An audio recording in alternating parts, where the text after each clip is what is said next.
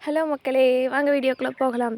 இன்றைக்கி என்ன வீடியோன்னு பார்த்தீங்கன்னா, ஒரு சூப்பரான விவசாயம் பற்றின வீடியோ தாங்க. அந்த வீடியோ பார்க்கறதுக்கு முன்னாடி நான் கீழே ஒரு வீடியோ டேக் பண்ணுறேன். மறக்காமல் அதை பார்த்துட்டு வந்துடுங்க. அப்போ தான் இது என்ன வீடியோன்னு புரியும். மறக்காமல் நம்ம சேனலை சப்ஸ்கிரைப் பண்ணாதீங்க, சப்ஸ்கிரைப் பண்ணிவிட்டு பாருங்கள். இப்போ வாங்க வீடியோக்குள்ளே போகலாம். என்னடான்னு பார்த்தீங்கன்னா, மக்காச்சோள பயிர் இந்த அளவுக்கு வளர்ந்துருச்சுங்க.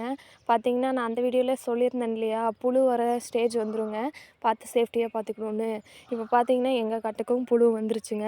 அது ஒன்றுமே பண்ண முடியாதுங்க. எல்லாத்துக்காட்டிலையுமே புழுங்கிறது வரதான் செய்யும். அதுக்கு நம்ம ஒரு மருந்து ப்ரிப்பேர் பண்ணி அடிச்சுக்கணும். இது நாங்களே பண்ணல. நாங்கள் கடையில் கொஞ்சம் கேட்டு வாங்கிட்டு வந்து ஒரு மருந்து அடிச்சிருக்கோம். அடித்து இப்போ பார்த்திங்கன்னா 2 நாள் ஆச்சு. இப்படி தாங்க பயிரெலாம் இருக்குது.